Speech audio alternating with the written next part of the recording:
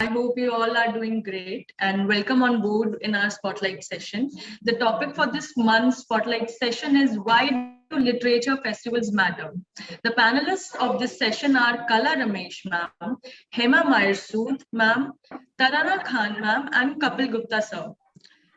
Kala Ramesh ma'am. Kala Ramesh, a Haiku poet and mentor for the last 17 years, is the founder and director of Triveni Haiku India, founder and managing editor of Haiku Katha Journal. She is the haiku editor at Under the Basho. Her third book, The Forest I Know, published by HarperCollins, was launched at the Jaipur Literature Festival 2022. Hemma Sood is an author of her recently released book Tijara's Mystery Codes, and at 29 she released her first book, The Eternal Ocean of Brahma, which conveys the wisdom of the Bhagavad Gita imbibed through intuitive perceptions of the waves of the ocean. A revised version of this book called The Oceanic Gita was released in October 2020. Her sixth book, Karmic Chords, is a poignant narrative of the author's personal loss of her sibling. Hemma's Tijara's Mystery Codes is uniquely interwoven with historical fiction, murder, palace intrigue, and clairvoyance. Tarana Khan, Dr. Tarana Husain Khan is a writer and cultural historian, and her articles have appeared in major Indian and international publications. She is the author of historical fiction, The Begum and the Dastan, which won the Kalinga Literary Award for Fiction, was shortlisted for Women Writers Award by She the People, and longlisted for Arthur Award. She writes on Rampur cuisine, culture, and oral history, and has contributed to the anthologies Desi Delicacies, Pat Macmillan India, and Dusted Khan, Food Writing from South Asia, and Diaspora Beacon Books. She hosts and curates a website on Rampur culture and oral history. Mr. Kapil Gupta is a marketer to the core. He's the founder and the CEO of OM Logic, which is India's leading digital marketing agency. Pragati, Pragati is a virtual exhibition platform. Frontlist, India's #1 news e-portal for the publishing industry, Soul, a mental wellness platform, and his current passion project. He is a festival director of Pragati Vichar Literature Festival. He has also executed 2 mega book fairs, that is Delhi Book Fair 2020 and Delhi Book Fair 2021. Kapil Gupta is an author of India Vision, New Age Equality. He is a true believer of New Age equality, which for him is deep rooted in providing equal opportunity to all.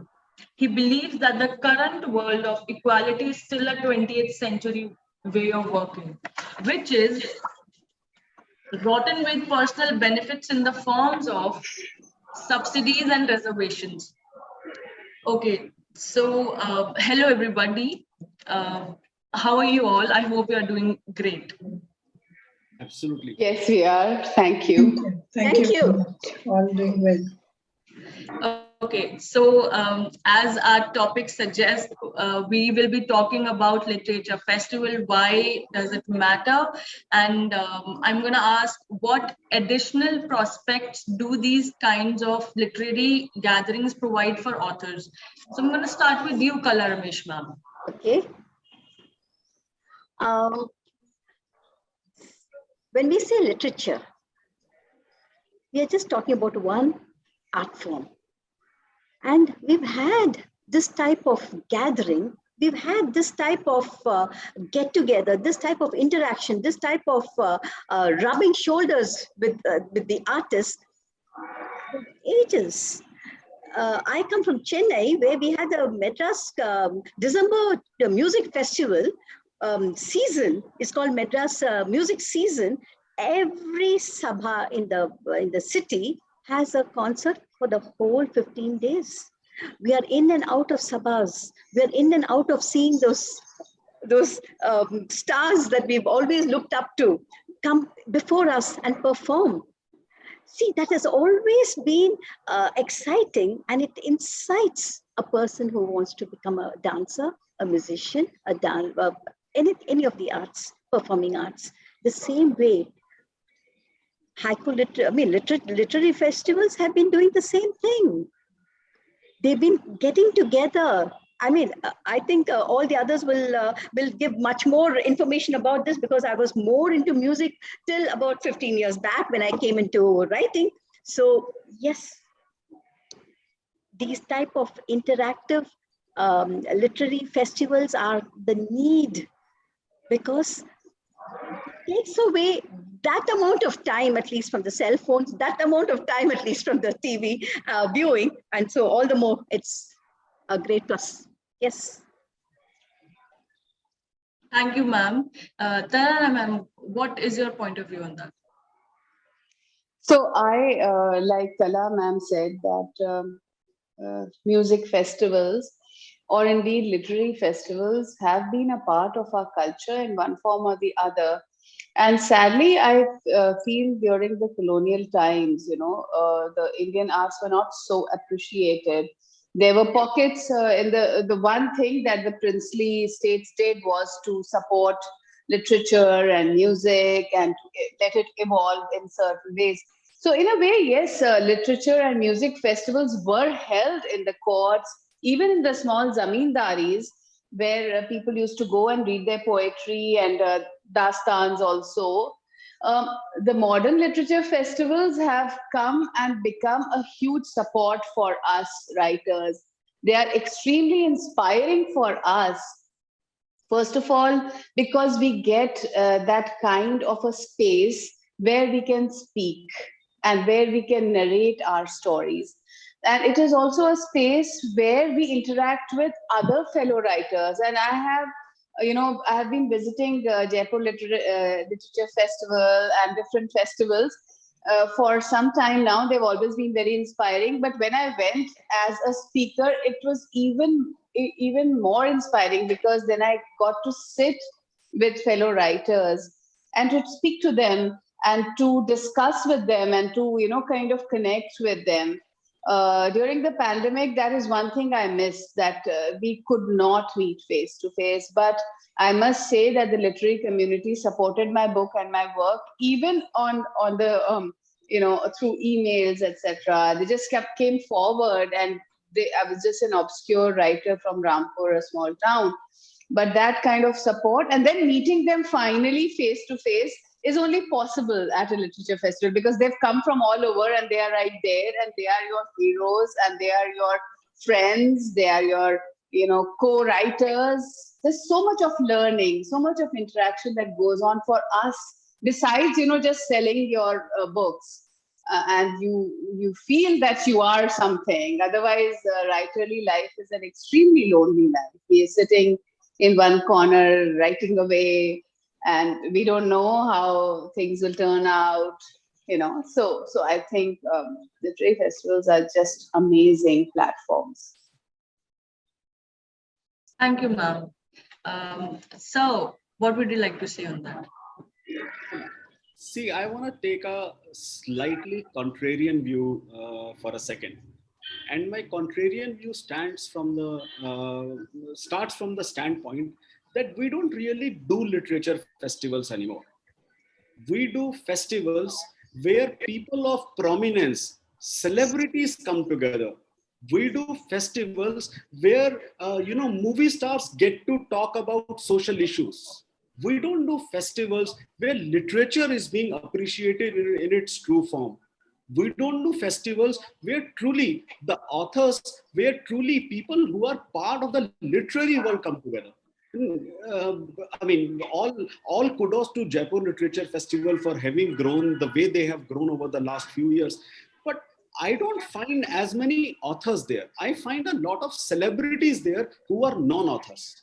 And that for me is where I have a problem with the way literature festivals are executed.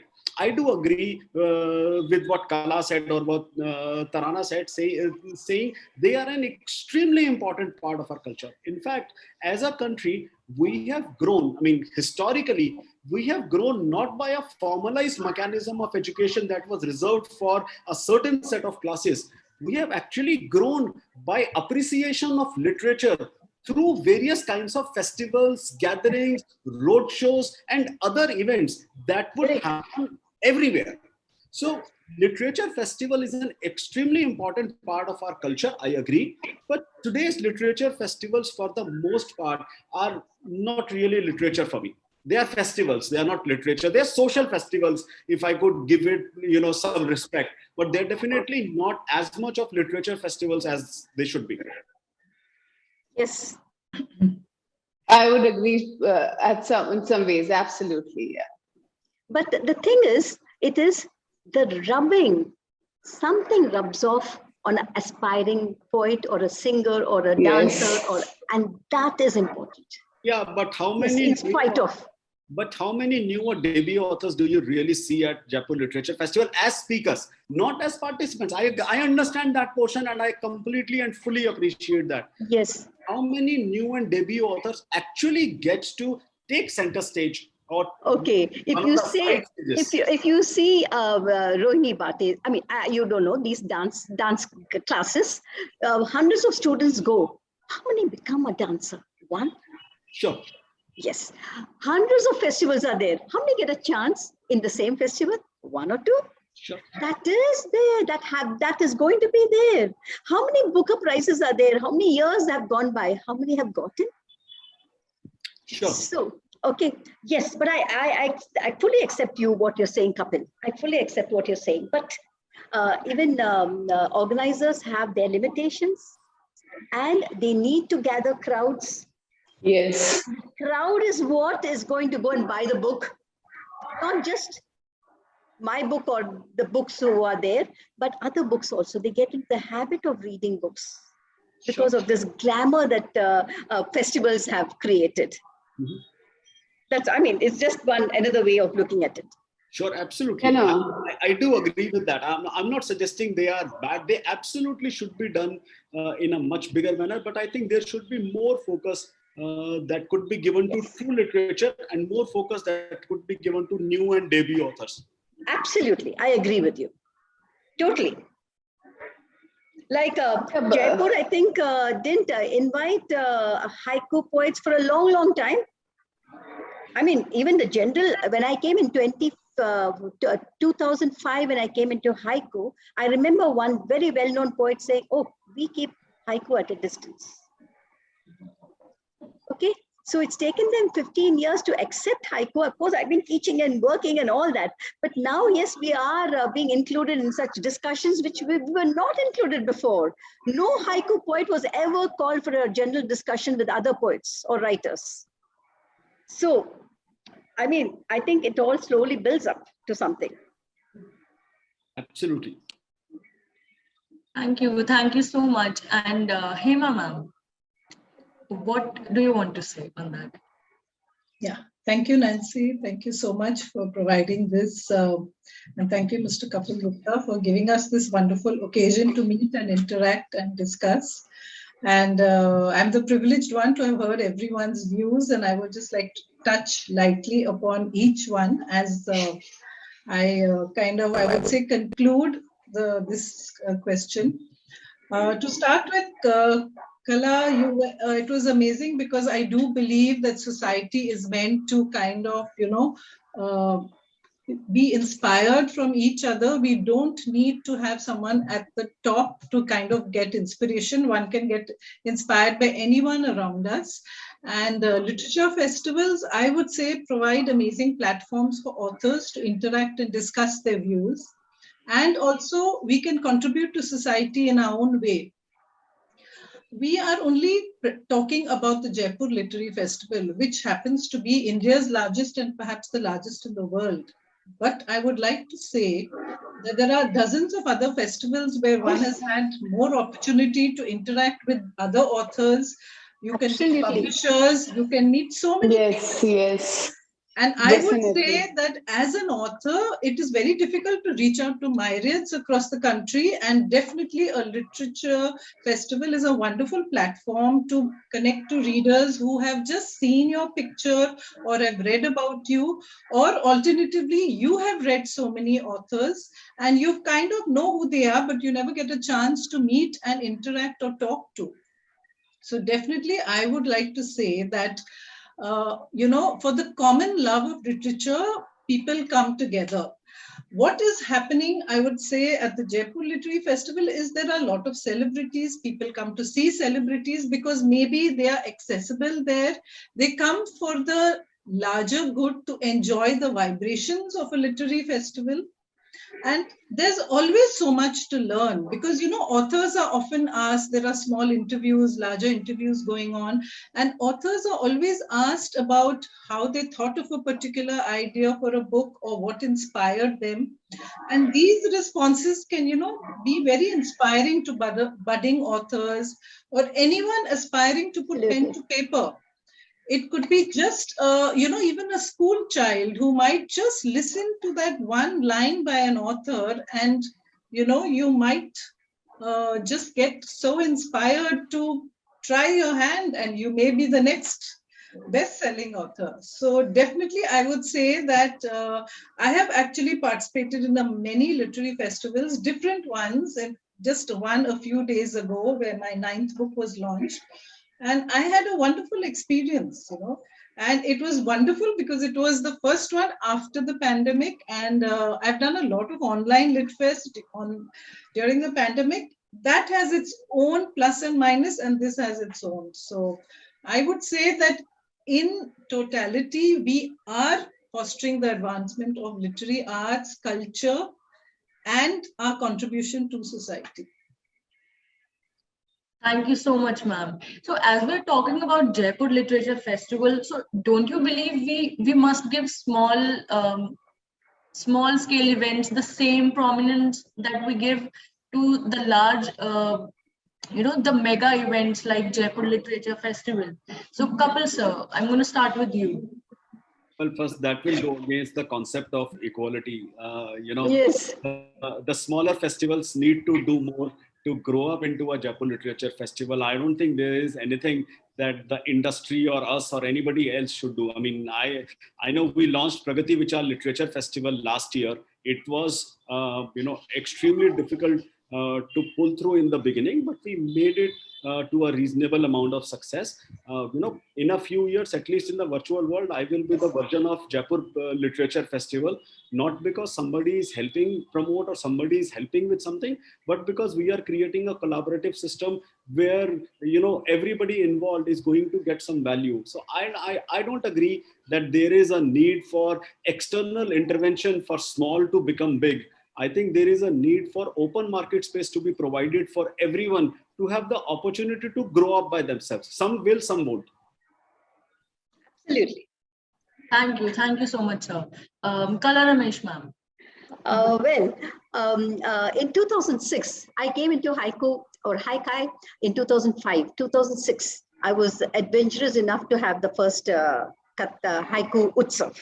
Okay, only 11 of us were there in Pune, and Pune Municipal Corporation gave us the space, the garden, the Japanese garden, and they hosted the people, the 10 poets, 4 were from Pune, only 6 were from outside. But slowly, and then 2008, Sri Ravi Shankar ji gave me the ashram. So we had it, nobody knew, the outside world didn't know about it. We were in our own shell, okay? But 35 poets were there. And we all got to know each other. We said, lovely, we interacted. We said, what is this haiku? They said, I've read this book. Have you read this book? We displayed our haiku on the wall, and it was all so beautiful. 3 days of fun. And Sri Ravi Shankar ji's ashram, he was not there. He just gave us the whole ashram. And he said, I can't give you money, but you can take the ashram for your use. Okay. And then 2010, we had another festival. 2013, by that time I'd become, I was taking the 60-hour course for symbiosis for the liberal arts. So Anita Patankar gave me the auditorium and she sponsored it. And then 2016, 2019, Pune University sponsored it. Okay, we were still in our own shell, but it's been growing. And every time I hold the Haikai Utsav, more poets, more students come in. And I think it is such a beautiful way. I can only talk about, because I had organized these 6, 8 festivals so far, how each festival grew organically, and each festival grew, giving so much joy to others. And I think in that itself is a satisfaction for the organizers. I'm not at all aiming for it to even become like the other festivals, because haiku is a small thing and we don't have the funds. We're all paupers here. The haiku poets are all paupers. We don't have funds, we don't have money, but we all put our own money, we all get together. So I think small festivals are so important. They are the ones who bloom into a bigger festival. Okay, so each is a bud that is waiting to bloom into a bigger one. So, I like Kapil said, there's no point saying we are not giving exposure to them or we're not giving importance to them. If they have something in them, they are going to grow. Nothing, if there's merit, nobody can keep them down. That's what I feel. Thank you so much, ma'am. Hemma, ma'am, your thought, please. Yeah, thank you. And I think I would like to continue with what Kala just said, that, when you actually have merit, no one can really stop you. I don't feel that, a larger literary festival has more to offer. Sometimes a smaller literary festival, gives you that opportunity and experience of connecting to publishers, because publishers are people who are so busy, and even if you've sent your manuscript to them, you have no idea whether, they've read it or they've seen it. So, you can pitch your manuscript, you can talk to them, and you can even kind of judge their response, and you can even choose what to say because you're speaking face to face. That is extremely difficult to do with any publisher on an email, and there's no other way to connect to them unless, of course, they're your personal friends or you've published earlier with them. Then it's a different relationship. So I definitely feel that sometimes for an author, and I'm speaking purely with my personal experience, that the smaller literary festivals have given me much more, because I've made friends with other authors. We've kind of connected over lunches and dinners. And also when you listen to other people, you learn a lot. So it is a wonderful opportunity in a smaller festival for new authors to get a chance to speak. You've not heard of so many of them, but yet they are speaking. So one can always learn from anywhere. And sometimes the literary festivals, if they're too large, tend to get a little confusing, and in the sense, like, the timings go awry and some extend into the others. So it's also very stressful from the point of view of the people who are organizing the festivals. So there's no right or wrong thing. These are just personal insights what I have experienced from different festivals. So Tarana ma'am, please share your thoughts. Yes, I am, let's say, I am really devoted to the small festivals. I love them so much because I have a friend who started this Sanchari festival for Allahabad. And for 10 years, she grew. And this, I must say, Kala ma'am's story was so inspiring. And it is something that inspired her story, like my friend's story with Sanchari, and how she tried to project the Allahabadi culture. Then Sanat Kada, which is has now become a very famous Awadhi festival, is again a story. These are the smaller cultures that we are celebrating because India is so diverse, and these are such beautiful stories and inspired by them. Like I said, all this log milte gaye aur karma badhta gaya. That is the basic beauty of a small festival. And in October, we are going to host a Jashne Rampur now, which will be mainly a food festival, but food and Rampur culture festival. So we are not, compartmentalizing, but we are projecting our culture, because diversity is something that is under threat, I feel, and diversity needs to be projected. Recently, I went to the Kalinga Lit Fest, where my book won the Fiction Book of the Year award. And then I was so inspired by Odia writers. And that was a space for them also, it was a space where they could, because Odia is not a language that people generally know, and translations, as you know, are not so much there in India. Now they've started so much. So then it was a space, it was so inspiring. There was a panel of Kashmiri poets, and I had never heard the kind of songs and the poetry that and it just gave me goose pimples. So I think the smaller festivals, the regional festivals are so important because we are a huge, very diverse country, and we need to tell all the stories, and we need to project the human story of everyone in every part of India. So that's my take on. I'm really a big fan of the smaller festival. Also, yeah, Jaipur Lit Festival is doing its own amazing thing all over the world. But yes, the smaller festivals are extremely important for us. Thank you. Okay, so you've shared that you all have been a part of literature festivals and book festivals. So what is the most valuable lesson you have learned from your own experience? Kala ma'am? The interaction, of course. But coming to face, like this time, it was in Jaipur. I don't want to keep mentioning, but it just happened in March.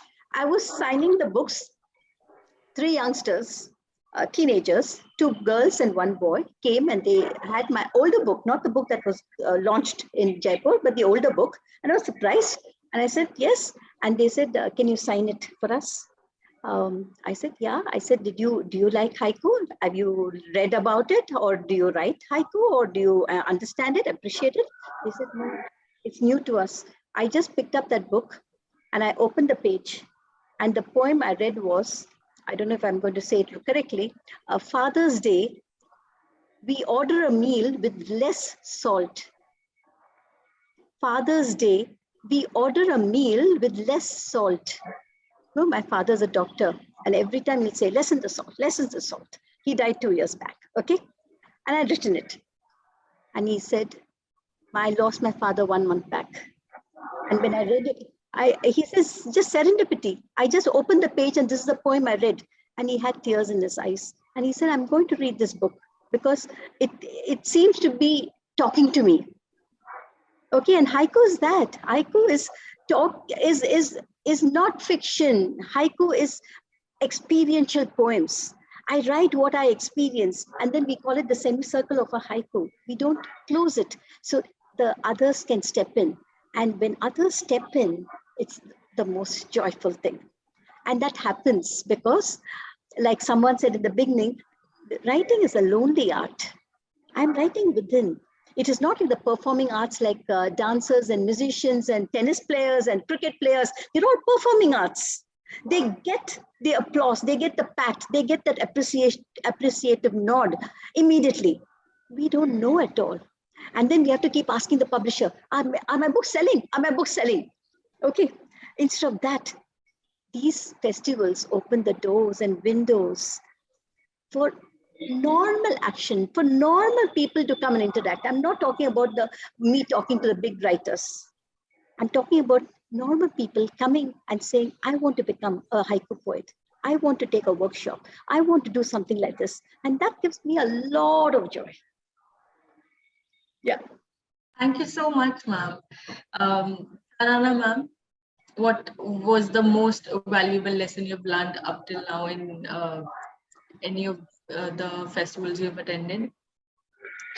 Yes, so what I found was that when the writers or whoever is attending, like Kapilji said, that there are lots of different people, there are politicians or stars or whatever, who are also there as a part of literature. So when they take the stage, there is no script, you see, and they speak their mind.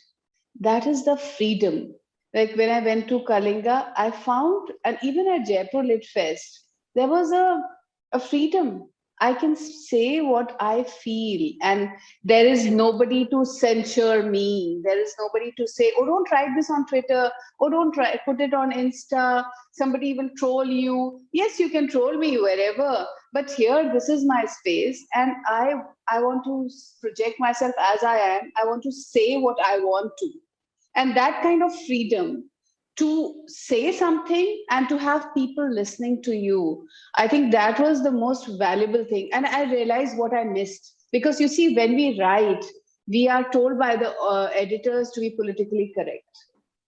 Very often, even when I was writing my book, I had to change names, I had to change places, even though it was historical fiction, everything was documented, but we need to be politically correct. We need to, say this, do not use this term, etc., etc. But that is our place. And that is where I have the freedom to say things. And at times when I'm listening to somebody on stage at a literary festival, especially the smaller literary festivals, it comes as a shock. Oh my God, can this be said out loud? Can I say this out loud too? And unfortunately, that has become the situation now. I'm very sad to say this, that we have to mind our words and the way we project ourselves. So that was a big thing for me for literary festival. Thank you, ma'am. Hemma, ma'am. So I would first just add to what Kala said. Yes, authors work in isolation, and that is, I would say, one of our greatest strengths, because we can receive and write and share our knowledge with the world. Yes, Tarana, you're right. It is our moment of, being acknowledged. It's a moment where people see us and recognize who we are. So definitely, there are always valuable lessons to learn from every literary festival. But at this moment, I'm reminded of an incident which happened at a literary festival I attended in Pune in January 2020, luckily before the pandemic. It was the International Festival of Spiritual India.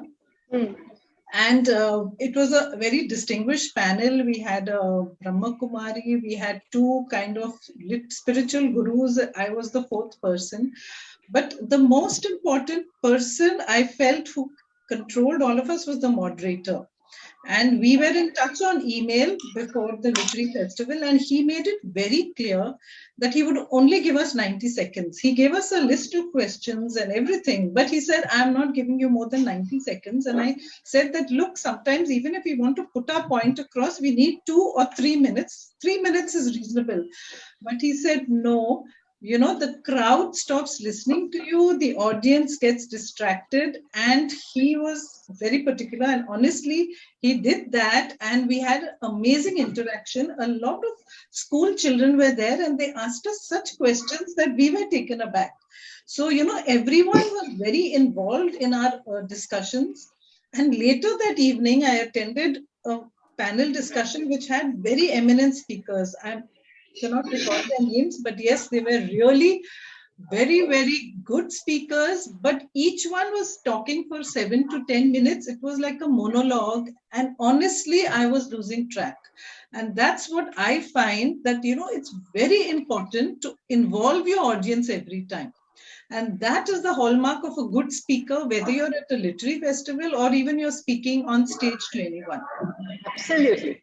This is what I actually incorporated on Saturday. My book was released at the Kumaon Literary Festival in Goa. And I spoke less about my book, but I spoke more in what the audience could relate to and understand and, empathize with. And at the end of it, everyone came and said, we loved your session. And I felt happy that, it's so important to connect to them.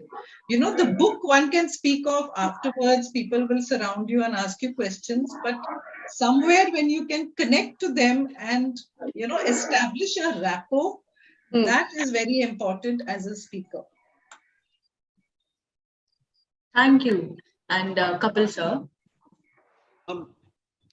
See, first I want to say, Tarana, I heard what you said, and you made a fabulous point that you could put points across that you otherwise would not have written in the book.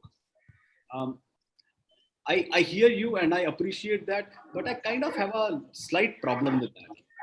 As an author, I mean, I would want to bear it all in the medium of choice for me that reaches out to everybody, which is my writing.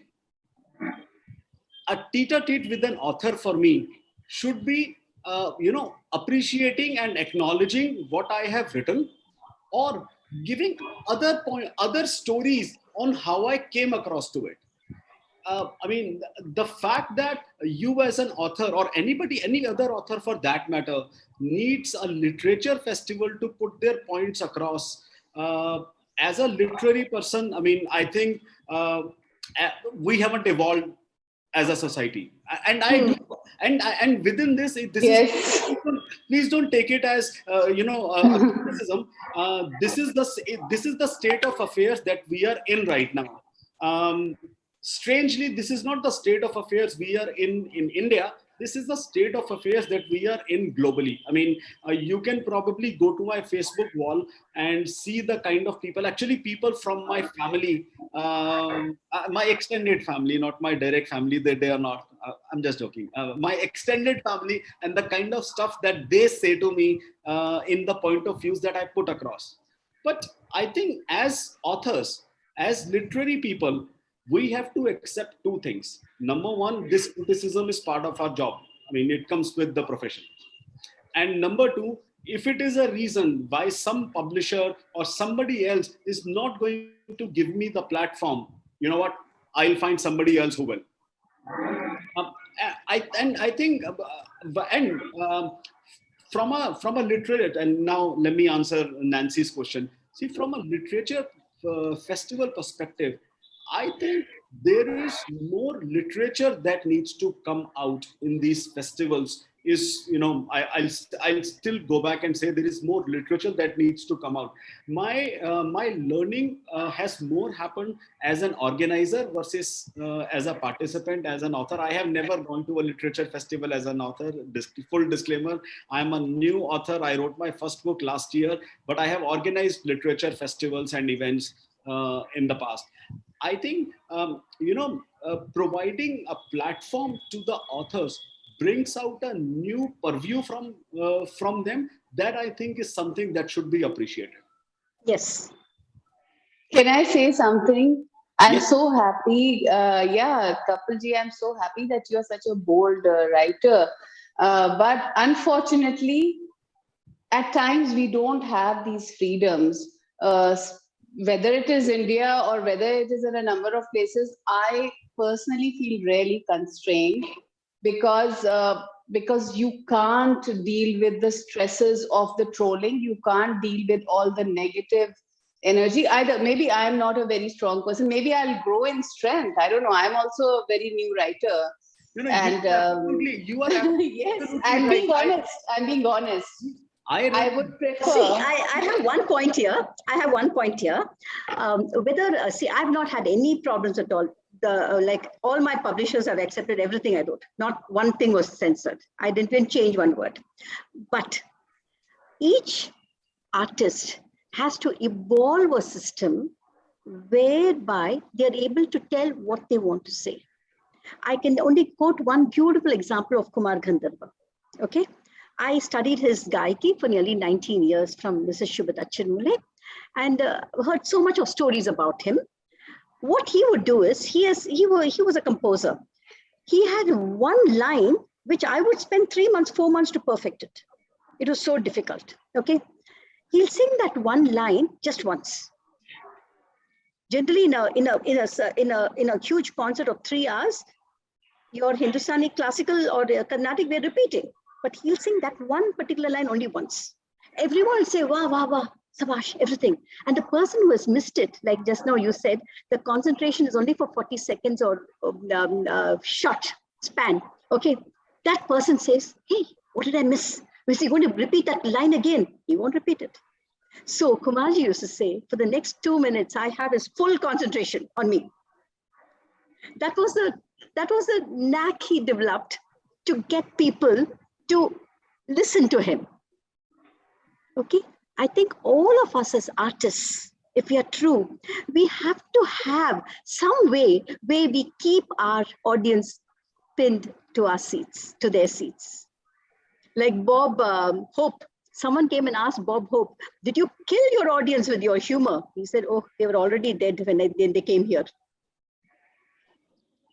So I'm just, that was just a thing I just remembered. But what I'm saying is, I think all artists have to develop a technique to say what we want to say in the book, have a technique to say what we want to say when we meet people, so that it is not just the art, like the craft is also there. The craft of projection is also there.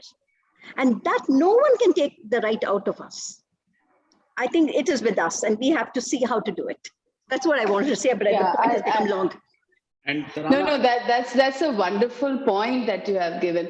So therefore, I need to focus on the core point of my writing, and the other things that people might find objectionable or will take away from their core point, I just snip it off. But when I am on a literative on that platform, I decide to say everything unedited and unfiltered. That's my place. Yes. Sure. And Tarana, everybody needs to fear the trolls. There is nothing wrong with that. I run a digital agency and I have done numerous political, social campaigns, political election campaigns. I have done what you face at times. I can tell you, you do need to fear the trolls, and you are absolutely right in snipping some of the non-core elements. As long as the core is there, as long as the key message is delivered. Yes, exactly. That's what matters. I choose what to say then I'm editing myself. Yep. And maybe I'm not a very bold person. Maybe I want to avoid problems for myself. And that's the kind of society I'm living in, the kind of identity I have, which I have not been able to leave aside. In Japanese aesthetics, which I teach my undergrads, they have something called the Ma. It is called M-A-A-H. That's how you pronounce it, but it's just M-A. Ma. Ma means the uncluttered spaces. The example I give them, or the examples I've read about what Ma is, because I've not gone to Japan, they say if you enter a cluttered room, beautiful carpets, beautiful walls, beautiful paintings, the chandeliers, everything is awesome. You're just stunned when you enter. But the writer says you don't remember anything after that. Okay, but supposing it's an empty room, Japanese is very, very minimalistic. Empty room, there's just a table and maybe a vase and maybe a rose. Maybe the rose is bent, it's drooping.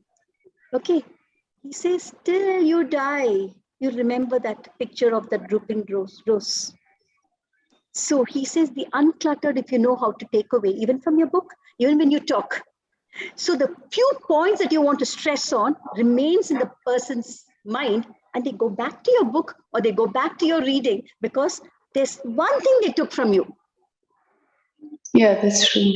I totally agree Thank with you. that. And I would say that one can make choices in which we can contribute. So the minute you are contributing to someone, then there are lesser chances, I would say, of, kind of people misunderstanding or controversies happening. Yes. And finally, one cannot cater to everyone's thoughts. Like if I might appeal to say Kala, Tarna might think, the exact opposite. So stay true to yourself and always choose to be a contribution. Okay, so thank you so much for giving insightful points. I'm going to ask, how do literature festivals augment the importance of reading and storytelling among the audiences? And Hemma ma'am, I'm going to start with you.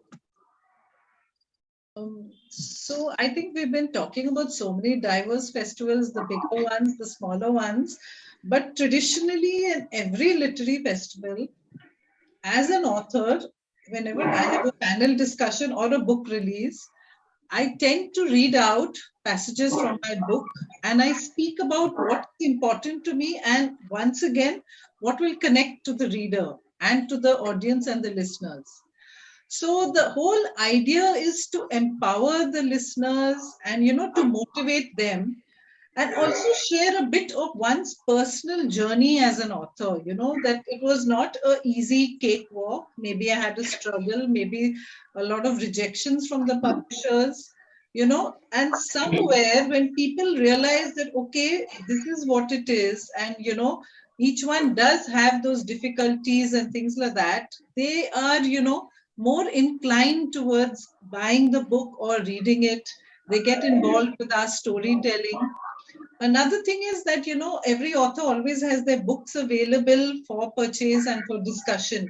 And I think sometimes when a listener or a reader connects to an author, then they get more interested, in reading their book. They feel very motivated to buy a book, like take pictures, take signatures. This is what I perceive, that, in our own way, we can contribute to others reading and, encourage them, because reading is something which always stays with you. The knowledge stays with you. Very true. Okay. Thank you, ma'am. And Kapil sir, please share your thoughts on that. See, as a marketeer, I would say every product purchase before it happens needs a preview, a showcase, a testimonial, and some insight about the product that makes you buy it.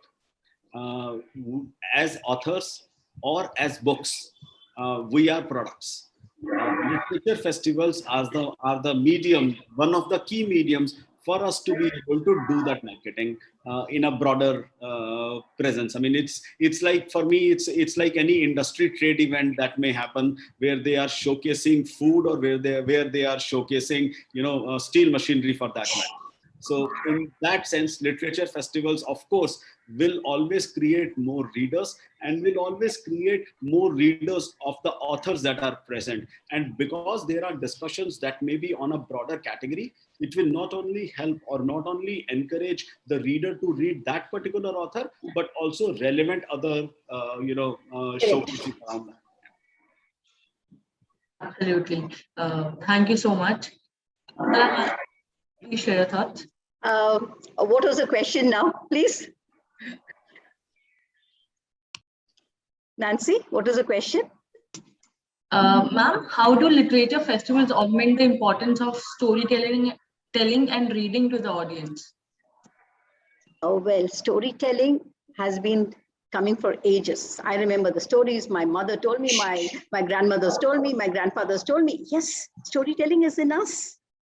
And my mother says that in Tanjore, where she grew up, we've gone and seen that village, okay, Shirgari and Tirvalangadu. There'll be benches outside. And the land was so rich, because the Kaveri was full. Now it's all not there at all. Kaveri was flowing, and it was a rice belt. Little bit of work, and the work would be done. And they'll come back early at 3:34. They'll come back, and they'll have huge discussions. And children and everyone would take part. And they'll have a voice. They'll be talking about music. They'll talk about dance. They'll talk about poetry. They'll talk about politics. They'll talk about everything. So the rubbing off is what is important. So when we have exclusive literary festivals, it's not going to be, it needs to be inclusive. So inclusive is what storytelling will then follow. So that means I'm saying, instead of having it in cities again and again and again, let us take our literary festivals to the villages. Let those children also come to know what poets are, how they slog for something, and how they get their words out. It is not just happening out of air. There's a struggle everywhere. Let them understand, so that they have that urge to become a writer. They have that urge. See, music is going all over. Literary festivals, I don't think, are moving out of cities. I've not heard. So I would suggest, if they really want to get storytelling and this spark of wanting to become a writer, okay, come forward, then they should travel. Or do them virtually. Yes, or do them virtually. Yes, and do it in schools, where that is the place where they have to be infused with that bug, the writing bug. I totally agree. I mean, like, it has to be with the young people.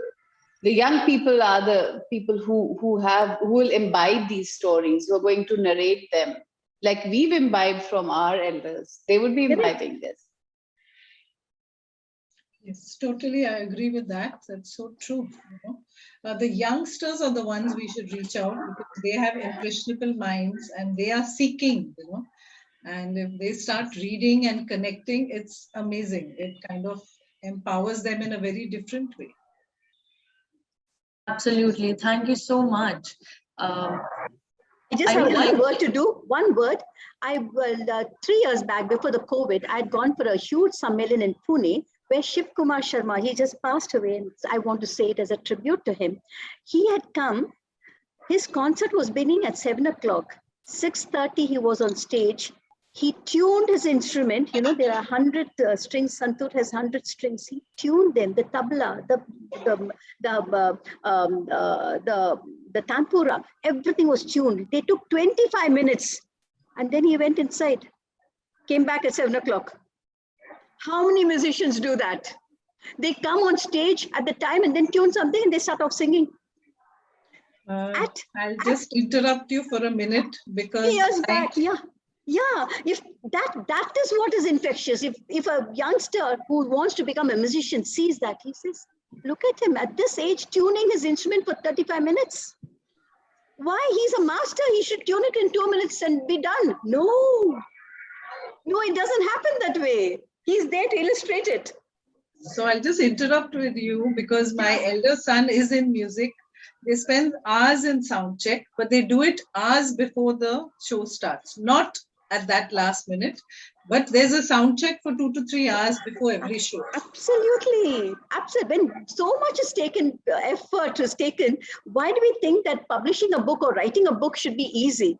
So that nothing is, you slog, you get it. And that if that is got into the youngsters, they understand that, yes, nothing is easy. For everything, there's no pain. It is how do literature festivals help to foster the advancement of the literary arts in our social structure? Sir.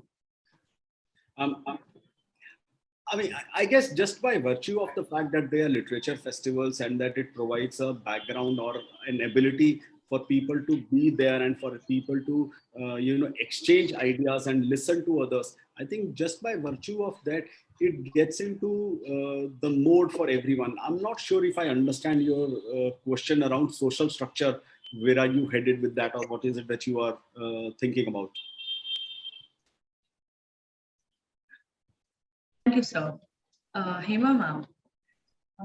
Yes, so I would also like to actually say I'm not too sure about which way a literary festival could kind of enhance the social structure as a reply to your question. But yes, we can contribute as authors to, creating culture. We create a whole, I would say, gamut of information and knowledge and books, which will later on become, the cultural bedrock of a society.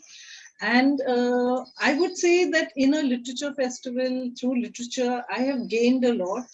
Sometimes even a sentence can enlighten you. You don't have to read a paragraph. And it is just each one's ability to connect to the reader, to the audience, to the writers, and perceive, how you can be empowered.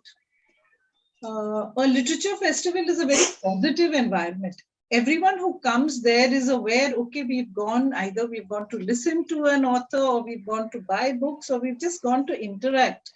No one is coming with any kind of preconceived notion of anything else.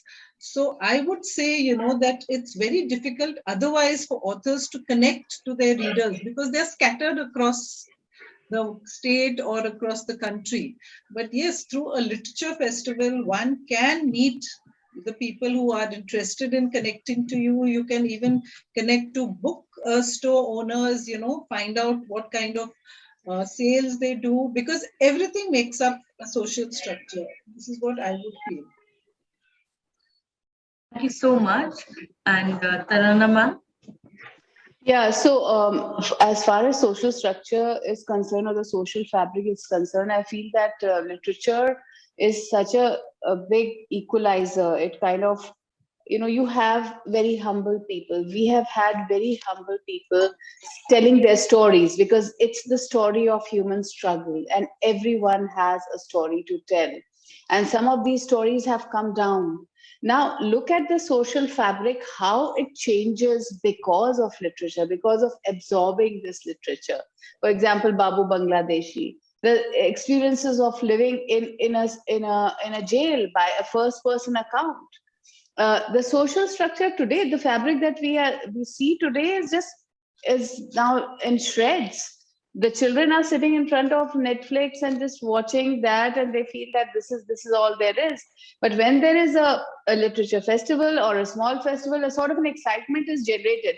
Even when they go there and click selfie with their friends and eat out, they still see those icons and they say, oh, why don't we just pick up this book? Maybe it's interesting. Maybe it speaks to me. Maybe this writer speaks to me. So you have the social structure that is more inclusive, very sensitized to others. Otherwise, we have this great danger of retreating into shells that are totally made up of digital media, and there is no reality to these shells, right?